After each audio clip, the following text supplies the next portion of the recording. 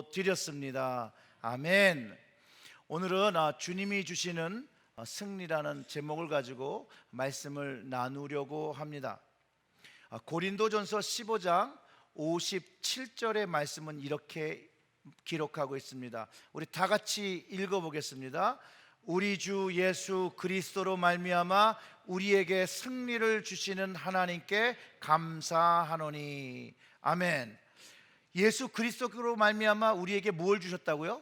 승리를 주셨다라고 합니다. 그리고 그 성경이 예수님을 통해서 우리에게 승리가 있으니 승리만 주신 게 아니라 승리를 했으면 뭐가 있겠죠? 기쁨도 있겠죠. 승리했는데 승리했네 이러진 않잖아요. 와, 승리했구나. 그 승리를 주셨으니 우리에게 기쁨도 있다는 거예요. 기쁨도. 즉 주님은 우리에게, 우리의 영혼에게, 우리의 가정에게 승리와 기쁨을 주셨다라는 거예요. 그리고 이 승리의 기쁨을 주시는 근원적인 분이 하나님이시니 그분께 감사를 드려야 한다라고, 예배를 드려야 한다라고 성경이 가르쳐주고 있다라는 것이에요. 오늘 우리가 읽은 본문 속에 바람과 바다를 이기신 주님의 승리를 볼 수 있습니다. 이 승리는요, 이 히브리어 쪽으로 원어를 보면 이 승리는 deliverance, 구원과 같은 단어입니다. 즉 하나님의 말씀에 근거할 때 그 하나님의 말씀이 선포하기에 우리에게 승리, 구원을 주셨다는 그 말과 동일하다는 것이죠. 즉 주님은 우리에게 승리를 주셨습니다.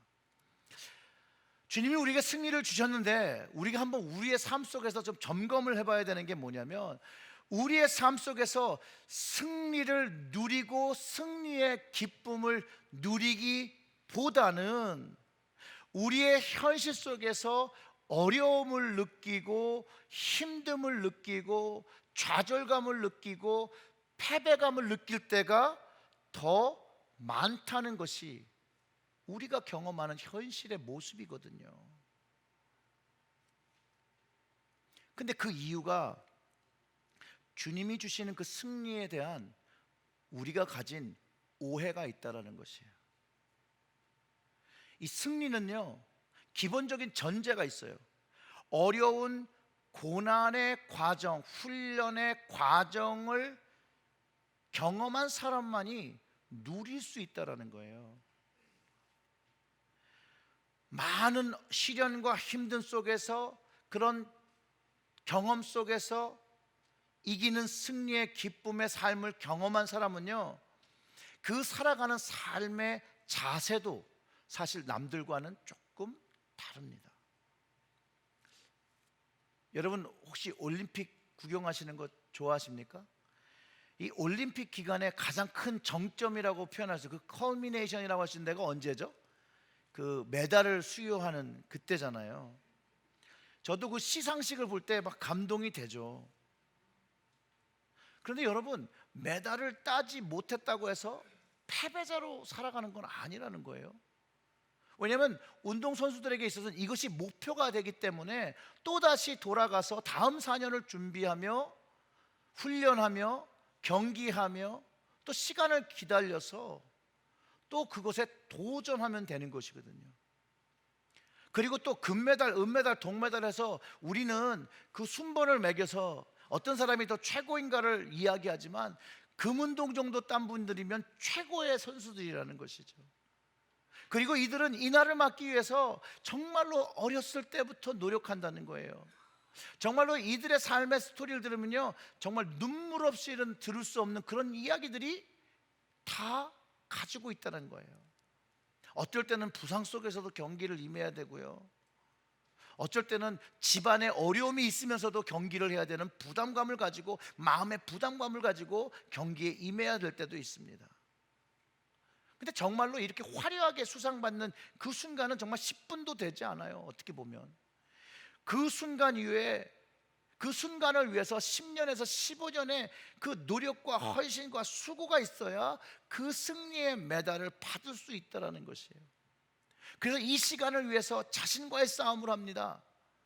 자신의 그 삶과의 싸움을 이겨야 실제로 많은 시합에서도 이길 수 있고, 또한 많은 시합에서 많이 지는, 패배하는 경험을 해야 또 이길 수도 있다라는 것이죠.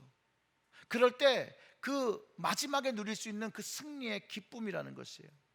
그래서 이 승리의 기쁨은요, 그것을 아는 그 가족에게도 기쁨이 되고요, 아는 사람에게도 그 승리는 마음껏 기뻐할 수 있는, 그 얼마나 힘듦이 있었음을 알기 때문에 같이 기뻐하고 같이 즐길 수 있는 그런 승리가 된다라는 것이죠.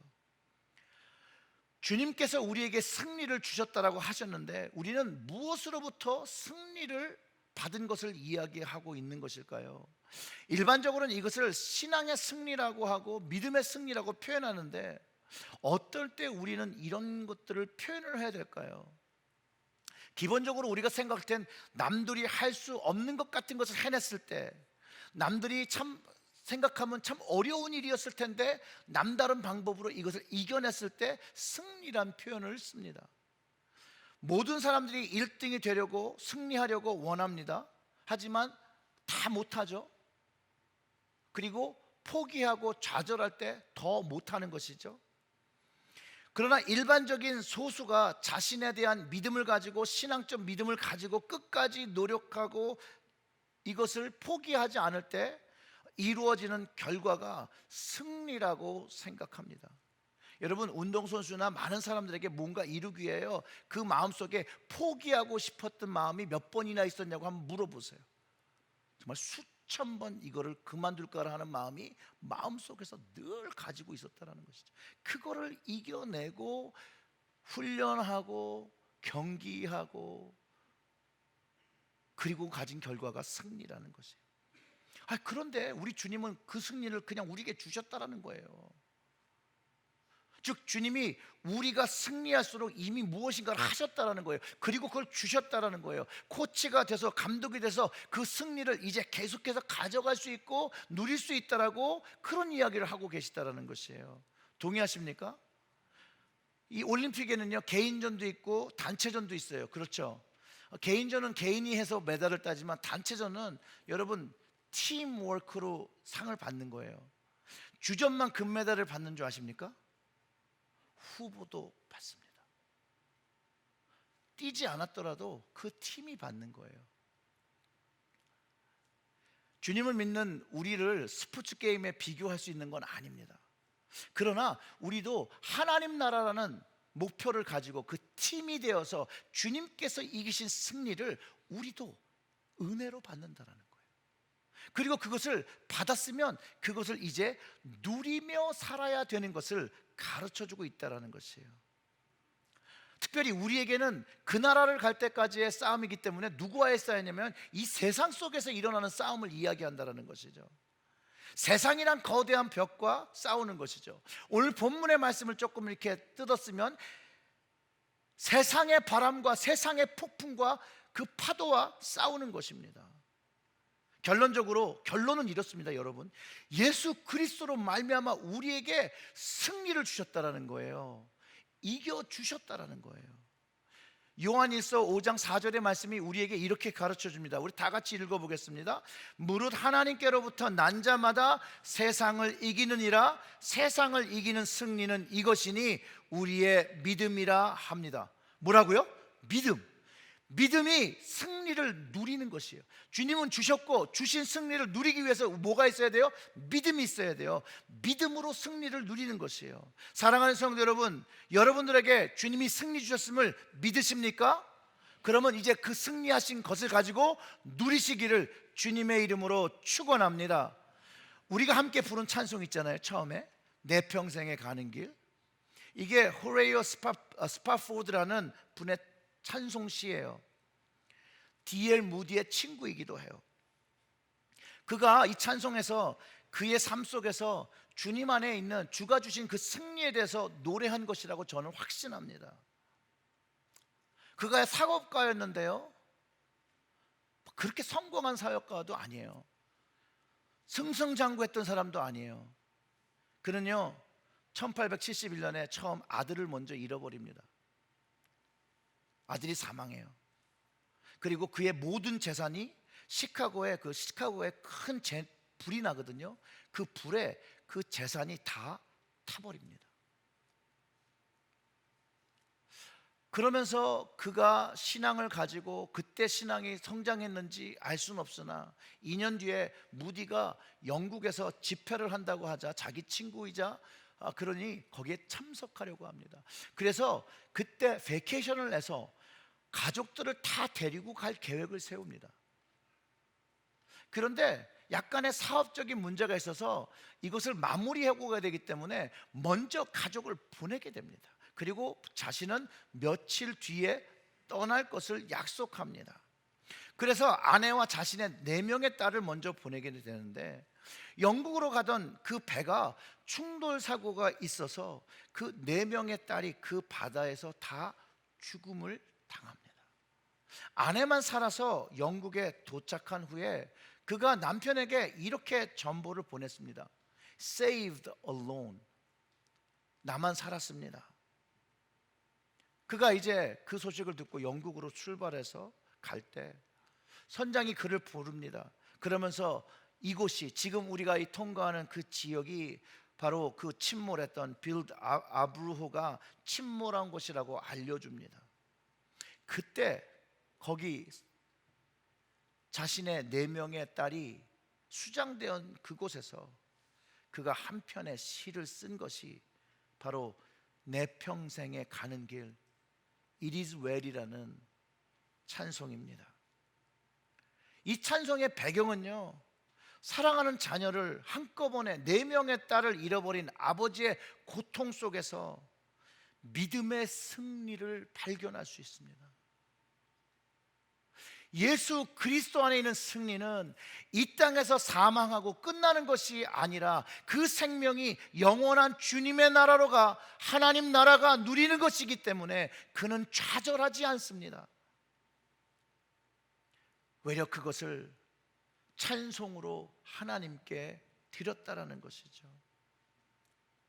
오늘 본문을 보면 제자들이 예수님과 배를 타고 저편으로 건너갈 때 큰 광풍을 맞이했다라고 기록하고 있습니다. 그 본문을 읽어보면 그렇죠.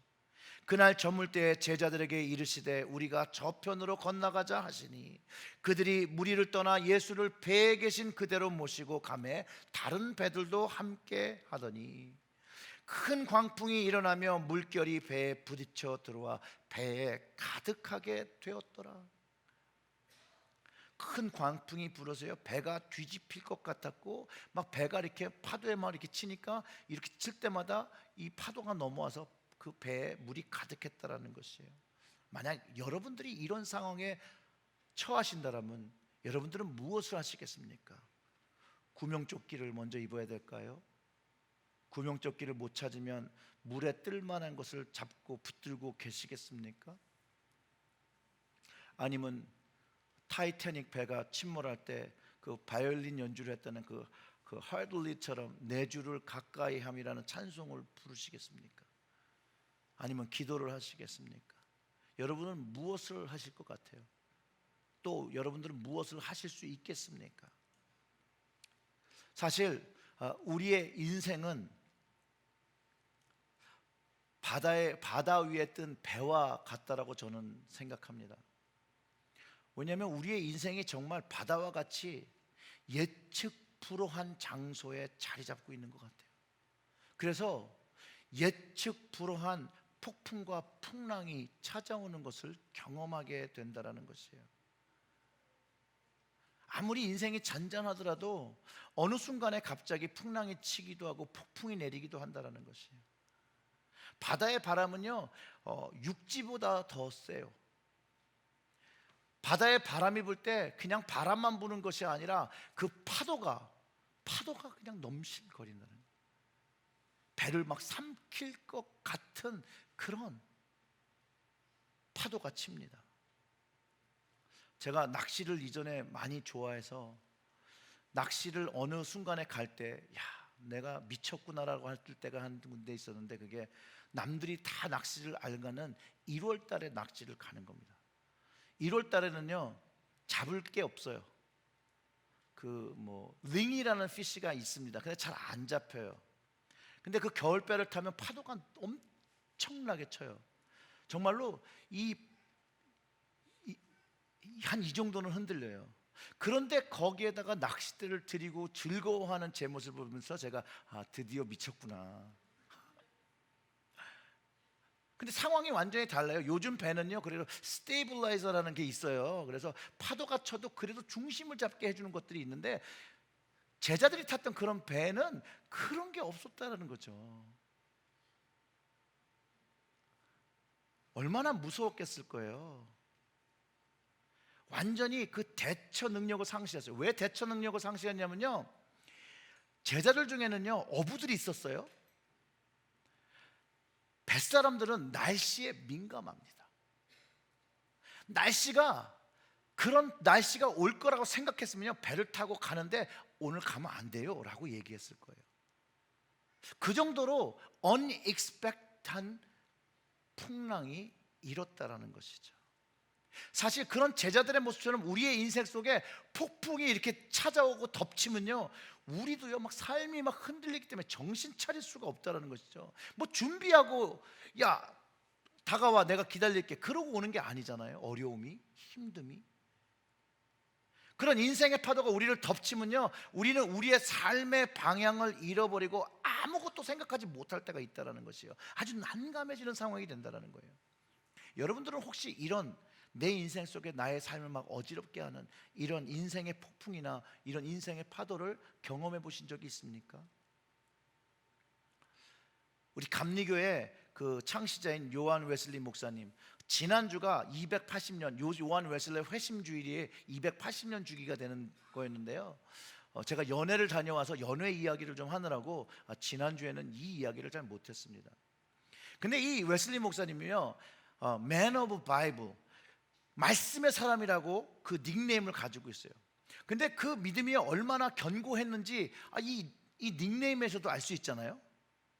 그런데 이분의 믿음도 흔들렸을 때가 있다는 거예요.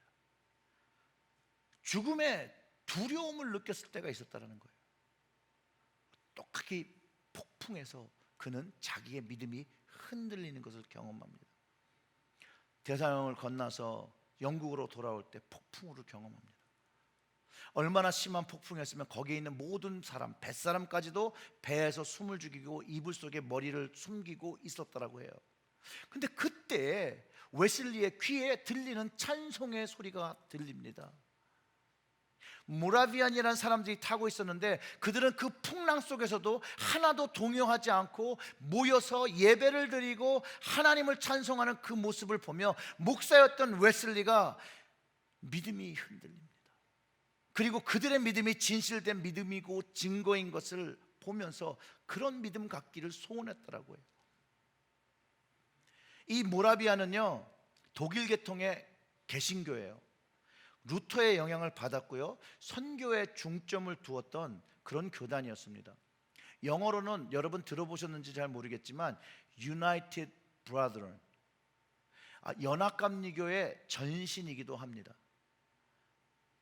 1968년에 연합감리교회가 United Brethren과 Episcopal Methodist Church가 이 두 교단이 통합을 합니다. 통합을 해서 United 메소디스트가 된 거예요. 그래서 우리 연합감리교회 그 로고를 보면 십자가가 이렇게 있잖아요. 그럼 옆에 그 불이, 그 플레임이 두 개 있잖아요. 연합감리교회가 성령의 충만한 그거를 표현하려고 불을 두 개 한 게 아니라 이 두 교단이 합쳐진 것을 상징하는 것입니다. 이 모라비안이요, 정말로 모든 사람이 죽을 것 같은 폭풍 속에서 평안을 가질 수 있었던 이유가 여러분 뭔지 아십니까? 바로 믿음이라는 거예요. 믿음. 그리스도 안에 죽어도 산다는 믿음을 가지고 있었고요, 이들은 그리스도 안에서 죽는 자는 복이 있다는 믿음을 가진 사람들이었어요. 오직 성령으로, 하나님으로, 주님으로 거듭난 사람들이 소유하며 하나님 나라를 바라보며 그 승리를 가지고 그 기쁨을 가지고 사는 사람들이었다는 거예요. 근데 오늘 본문 속에 드러나는 제자들은요, 예수님이 바로 옆에 있었는데도 불구하고 두려워했다라는 거예요. 죽게 되었다라고. 주님은 잠만 주무시냐고 얘기합니다. 주님이 깨어나셔서 바로 하신 게 뭐냐면, 예수께서 깨어 바람을 꾸짖으며 바다더러 이르되 잠잠하라 고요하라 하시니 바람이 그치고 아주 잔잔하여지었더라.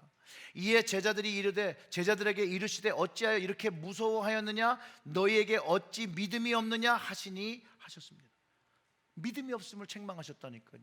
주님께서 말씀하시는 하나님의 나라, 그 믿음, 그러니 승리가 없었고 거기에는 믿음이 없었고 기쁨이 없었고 주님을 신뢰하지 못했다라는 것이죠.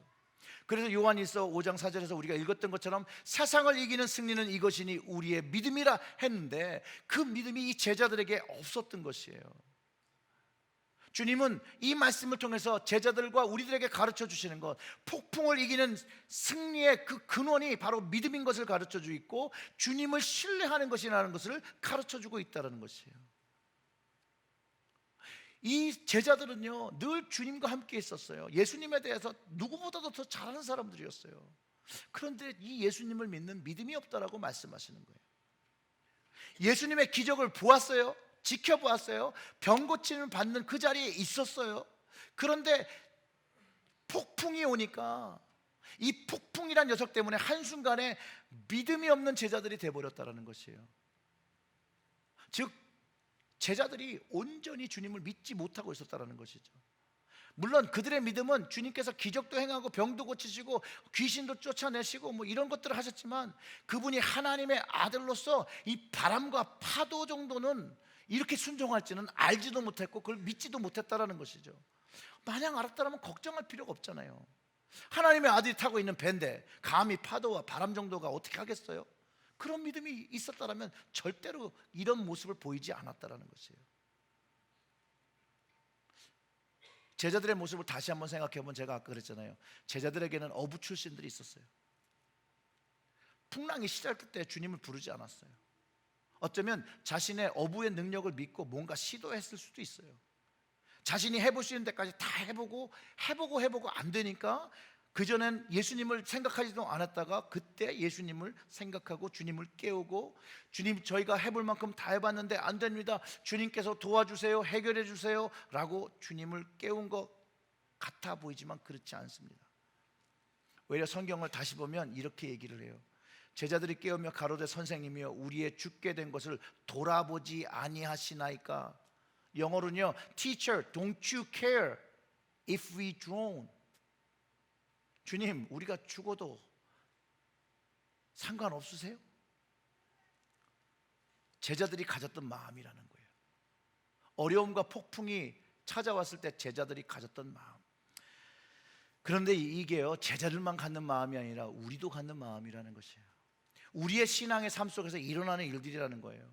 우리의 삶 속에서 크고 작은 폭풍이 닥쳐오고 어려움이 닥쳐오고, 그것이 우리의 선택일 수도 있고 선택이 아닐 수도 있지만, 사람들이 이런 것들을 원치 않지만 우리의 인생 속에서 이런 어려움과 이런 풍랑과 이런 폭풍을, 바람을 피해갈 수 없는 게 또 우리의 인생의 현실이라는 것이죠. 다 다른 모양으로 경험을 합니다. 그리고 각자에게 온 인생의 폭풍과 풍랑이요, 다 가장 큰 거예요. 다 가장 큰 거. 제자들처럼 또 자신의 모든 능력으로 이 인생의 폭풍을 어떻게 대처하고 해결하려고 최선을 다합니다. 그리고 자신의 능력이 안 돼서 더 이상 해결하지 못할 때 주님께서 해결하시지 않은 것처럼 섭섭함을 가지며 주님께 그렇게 얘기하는 것이죠. 주님, don't you care about me? 이렇게 우리는 주님께 나간다라는 거예요. 그 어려움을 주님께서 도와주시지 않았기 때문에 내가 어려움을 당하는 것처럼 도움은 청하지도 않고 그분을 신뢰하지도 않고 먼저 섭섭함을 표현합니다. 여러분이 그렇다는 게 아니라 제가 그래요. 제가 그때 이런 마음에 주님은 동일하게 이렇게 말씀하시죠. 이렇게 믿음이 없니? 제 인생 속에서도 뭐 오래 살지 않았지만 풍랑을 여러 번 경험했습니다. 저도요, 처음에는 제가 뭔가 할 수 있다 생각하고 해결하려고 막 열심히 했어요. 정말로 어렸을 때는요, 제가 핸들할 수 있는 걸 넘어서 그 폭풍의 배 안에 있는 게 아니라 배가 깨져버려서 이렇게 표류하는 것 같은 시기가 있었던 적이 있습니다. 제가 여러 번 간증을 했지만 정말로 남들이 다 졸업할 수 있는 그런 고등학교를 그만두고 나왔어야 되고, 그거에 대한 모든 결과에 대한 책임을 제가 다 졌어야 되거든요. 물론 많은 이유가 있었죠. 하지만 무슨 이유가 있겠어요? 제가 못 나서, 제가 잘못해서 그런 결과를 가진 것이죠. 그런데 이런 일이 일어날 때 우리 부모님들은 얼마나 또 괴로웠겠어요. 그런데 아버지는 조금 더 잘 살아보시겠다라고 뭔가 사업에 손을 댔는데 홀딱 망합니다. 집이 빚더미에 앉았죠. 참 이상하죠. 나쁜 일이, 이렇게 안 좋은 일이 일어날 때는 이렇게 줄줄이 일어나는 것 같아요. 그렇잖아요. 애는 학교 안 가고 집에 있죠. 재산은 다 날렸죠. 생각해도 해결할 방법은 없죠. 그러니 가정이 행복하겠습니까? 저희 부모님이 너무 사랑하셔서 막 괜찮아, it's okay, everything will be fine 그랬을까요? 안 그랬다는 거예요. 날마다 전쟁, 날마다 소리 지름, 날마다 싸움. 진짜 어린 제가 보기에도 그냥 따로 사시는 게 복되겠다라고 생각했을 정도였어요. 그러면서 제 마음속에 누군가 내가 이렇게 되게 된 이유를 막 찾기 시작했어요. 블레임할 걸 막 찾기 시작한 거예요. 그게 아버지도 되었을 수도 있고, 어머니가 되었을 수도 있고, 우리 가정이 되었을 수도 있고, 한국 교육 시스템의 문제라고도 제가 블레임을 하기도 했고, 여러 가지였지만 결국은 어느 날 주님께서 찾아오셨을 때 제가 누구인지를 알았습니다. 여전히 캄캄한 밤에 둥둥 떠 있는 것은 맞았지만 예수님의 그 빛을 본 순간 주님이 그렇게 내 인생 속에 가까이 있었는지를 몰랐어요. 그리고 그 주님을 만나기 전에도 교회 시간을 보내고 거기서 평안을 얻고 여러 가지를 했던 저지만, 주님을 잘 모르고 그분의 능력이 얼마나 놀라워서 내가 처한 그 상황 속에서 나를 이렇게 구해줄 거라는 그런 믿음이 그때는 없었던 것 같아요. 주님을 정말로 만나기 전까지. 그 주님을 만나는 그날, 주님이 거기 계신 걸 안 날, 주님이 나를 불러주신 그날, 제 캄캄한 그 삶의 환경을 비춰주시고요, 주님께로 나올 수 있는 힘을 주셨어요. 정말로 실제로 표현하면 정말 주님께로 제가 헤엄을 쳐서 주님이 있는 곳으로 끊임없이 나가서 주님께 나아갔습니다. 바로 그 모습이 제 인생에 주님께 저를 드린 날이기도 하고요, 믿음이 소생되어진 날이기도 하고요, 가슴이 뜨거워졌던 날이기도 합니다. 그리고 그 가슴이 너무 뜨거워서 그냥 이 땅에 사는 것보다 그냥 하나님 나라 가서 사는 게 가장 좋겠다라고 주님께 고백했던 날이기도 합니다. 그래도 계속 살았어야 돼요. 주님을 만났어도요, 여전히 풍랑은 찾아왔고요, 주님으로 인해서 그것을 이길 수 있는 놀라운 비밀을 발견했습니다.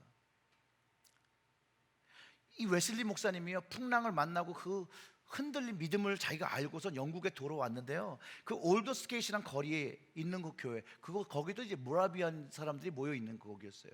거기서 루터의 서문을 읽고 있을 때 그가 가슴이 막 뜨거워지는 체험을 합니다. 그러면서 그리스도만이 구원인 것을 깨닫고 그것을 확신하며 주님께서 자신의 모든 죄와 사망의 법에서 자기를 구원했던 걸 확실히 경험하게 됩니다.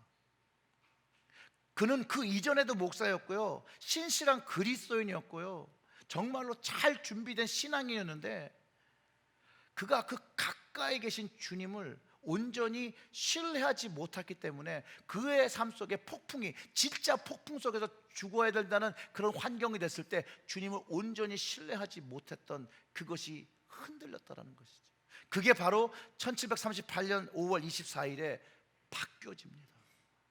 거듭남을 체험합니다. 그는 이전과 완전히 다른 삶을 살기 시작합니다. 사도 바울이 주님을 만나고 완전히 바뀌어진 것처럼 바뀌어져 버립니다. 성령의 불을 가진 전도자의 삶을 살기를 시작합니다. 거듭남을 했다고요? 인생의 풍랑이 찾아오지 않는 거 아닙니다. 웨슬리는요, 그런 거듭남을 경험하고도 계속해서 어려움이 찾아왔어요. 실례로 그는 영국 국교에서 출교당합니다. 이유가 뭐냐면요, 복음을 전하다 보니까 사람이 있는 곳에만 모이면 가서 복음을 전하는데 영국 국교에서는 목사가 교회 바깥에서 설교하는 것을 금하고 있었기 때문에 그래요. 그들이 이 웨슬리가 가난한 자를 찾아서 그 브리스톨 공장에 찾아가 설교하고 할 때 이 더 이상 교회를 주지 않겠다라고 파면시키니까 그가 그 다음에 한 말이 바로 그거예요. The world is my parish. 세계가 나의 교구다라고 표현한 거예요. 영국 국교에서 교회를 주지 않을테라도 사람이 있는 곳에, 복음을 들어야 되는 곳에 가서 복음을 전하겠다라고 하며 말한 그것이 세계가 나의 교구라고 한 말의 그 배경입니다. 그러나 여러분, 폭풍이 주님을 만난 다음부터는 달라집니다. 주님이 함께 계시기 때문에 걱정하지 않아도 됩니다. 왜냐하면 시간이 지나고 보면 주님께서 그것을 도와서 그것을 이겼다라는 것을 나중에 알기 때문입니다. 제가 미국에 와서 25년 정도 살았습니다. 어려움과 힘듦이 있었습니다. 여러분들도 이민 오셔서 여기서 사시면서 어려움과 힘듦이 다 있으셨을 거라고 저는 생각해요. 20년이 되던 해에 주님의 은혜를 깊이 경험했을 때가 있었습니다. 그때 웨슬리 신학교에서 조금 공부를 더 해보려고 갔는데 주님께서 깨닫게 하시는 은혜가 있어서 그때 저도 마음이 좀 회심했습니다. 왜냐하면 그곳이 어떤 곳이었냐면요, 미국에 처음 와서 첫 주에 거기에 게스트하우스에서 미국에 첫 주를 보냈어요. 사실 제가 미국 공항을 처음 들어오면서 내가 이 땅에서 어떻게 살아야 되는지 정말 모르겠더라고요. 처음부터 그 공항 때부터 내가 정말 영어를 못해도 이렇게 못했었구나 라는 걸 실감하고 들어왔기 때문에 정말로 그 웨슬리 신학교의 게스트하우스에 있으면서 그 채플에 나가서 기도하지 않을 수가 없었어요.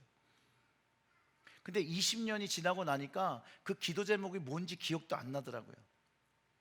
그런데 그날 개강 예배를 드리는 그날 거기서 그 채플에서 기도를 드리는데 그 20년 순간 미국에서 이 땅에서 살아온 그 순간순간들이 다 기억나게 해주시는 거예요.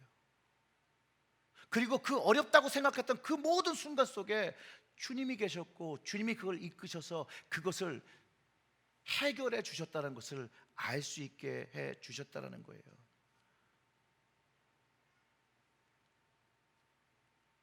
그 힘들 때마다 이 믿음 없는 제자들과 같이 저도 똑같이 주님, 제가 이렇게 힘들고 어려운데 괜찮으세요? 왜 저를 가만두시는 거예요? 라고 믿음 없이 정말로 바람에 흔들리는 갈대와 같이 마구 흔들릴 때도 그 상한 갈대를 꺾지 아니하시고 주님께서 함께 하시고 주님께서 인도하셔서 바꿔주셨다는 것을, 그것도 갑자기 20년치를 한꺼번에 가르쳐 주시니까 감사하기도 했지만 얼마나 많은 순간 회개의 시간을 보내는지 모릅니다. 그리고 그 후로 조금 믿음이 성장했어요. 조금. 어떤 믿음이 생겼냐면요, 20년을 이끄신 주님께서 왜 앞으로 20년의 나의 미래를 이끌어 주시지 않겠는가? 그거에 대한 믿음과 확신이 생겼습니다. 여러분, 동일하신 주님께서 저뿐만 아니라 여러분의 삶 속에서 함께 하시고 함께 동행하고 계시다는 거예요. 여러분이 주님과 함께 하신 그 순간만큼, 그것이 20년이 됐건 30년이 됐건 40년이 됐다면 왜 나머지 인생에 주님께서 함께 하시고 주님께서 도와주시지 않겠냐는 것이에요. 주님이 오시는 그날, 그 하나님의 나라가 오는 그날까지 왜 주님이 우리와 함께 하지 않으시겠냐는 거예요. 당연히 하시죠. 그 주님을 믿고 그 주님을 신뢰하고 그분의 능력을 온전히 믿으며 그 자리를 지킬 때 우리는 하나님의 역사를 경험해야 된다는 것을 깨닫게 됐다는 거죠. 그리고 그걸 경험하게 된다는 것이죠. 이전에는요, 그렇게 한 경험을 알았지만 이제는 일어나지도 않았지만 그거를 안다는 거예요. 왜냐하면 주님은요, 나의 인생의 문제를 해결하시는 그 열쇠예요. 다 같이 한번 읽어볼까요? 주님은 나의 인생 문제를 해결하시는 열쇠입니다. 아멘. 주님을 신뢰하시면 주님께서 그를 다 이끌어 주신다는 거예요. 그 주님의 인도하심을 바라봐야 되는 거예요. 주님의 능력은요, 바람과 바다도 순종하는 능력이에요. 우리를 죄와 사망에서 구원하신, 우리를 사랑하시는, 우리를 위해 죽어주신 우리의 왕이시라는 거예요. 그 예수님만이 우리 인생의 해법이라는 것이에요. 혹시 여러분 마음에 나에게 막힌 것이 있고 갇힌 것이 있고 해결되지 않는 것이 있다라면 주님을 찾으시기를, 주님의 이름을 부르시기를 주님의 이름으로 축원합니다. 예수님만이 길이요 진리요 생명입니다. 하나님께서 우리에게는요, 예수의 이름과 다른 길을 주어 주신 적이 한 번도 없어요. 그리고 주님은 우리와 함께 하신다는 것이에요. 믿음을 가진 이후부터는 우리와 함께 하신다는 거예요. 우리의 모습이 주님 모습 앞에 그렇게 온전치 못할지라도 주님은 함께 하신다는 거예요. 우리가 어려울 때도 주님은 함께 하시고, 우리가 힘들어할 때도 함께 하시고, 기뻐할 때도 함께 하시고, 눈물을 흘릴 때도 함께 하시고, 속상할 때도 함께 하시고, 억장이 무너질 때도 함께 하시고, 우리가 섭섭해서 삐져 있을 때도 주님은 함께 하신다는 것이에요. 그 주님의 함께 하심을 여러분 기억하시고 믿으시기를 주님의 이름으로 축원합니다. 여러분, 주님을 그 마스터 키에 비교해서 제가 설명드렸었는데요, 주님만이 우리 삶에 갇히고 묶인 것들을 다 열어주신다는 걸 여러분 꼭 기억하셔야 돼요.